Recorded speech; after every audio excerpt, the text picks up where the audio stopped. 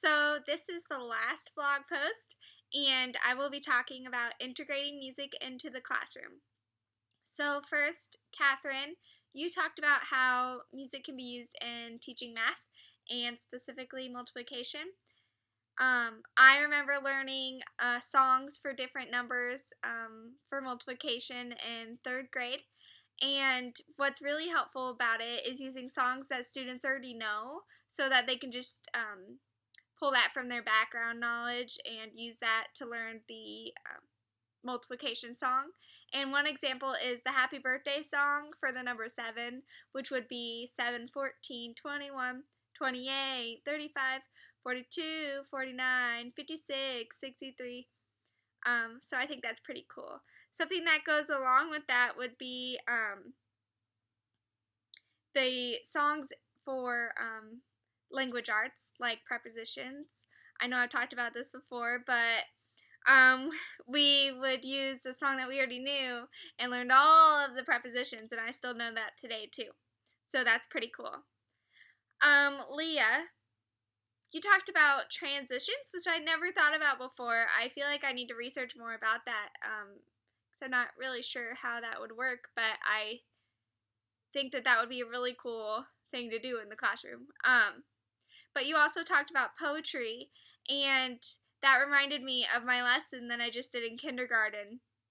I used the Itsy Bitsy Spider poem, and they memorized it and sang it and worked with it, and then we did a comprehension assessment to see if my methods of teaching it actually worked. So I think the song actually helps with it, and we used hand motions with the song, so that helped too. Adriana, you talked about classroom management.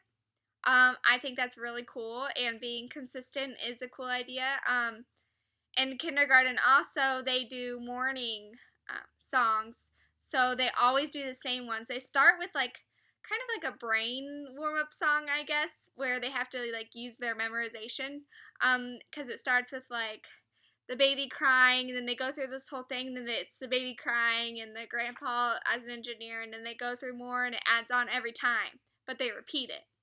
And then after that, they go into the weather, and then the days of the week, the months of the year, and they do that every single day.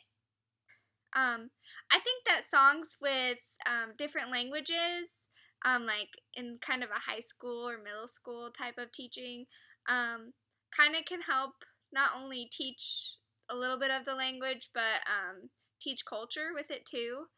I think that is very helpful because learning other languages is very hard, especially for someone like me. So one cool thing is in high school, we used to do this song. It's really small with our clapping our hands and stuff that we would do before we took tests, like the I-STEP test. I guess the teacher thought it motivated us, but we would pat our hands on the desk, and it went 1, 2, 3, 4, 5, 6, 7. 1, 2, 3, 4, 5, 6, 7. 1, 2, 3. 1, 2, 3. I feel great, and she made us shout, "I feel great."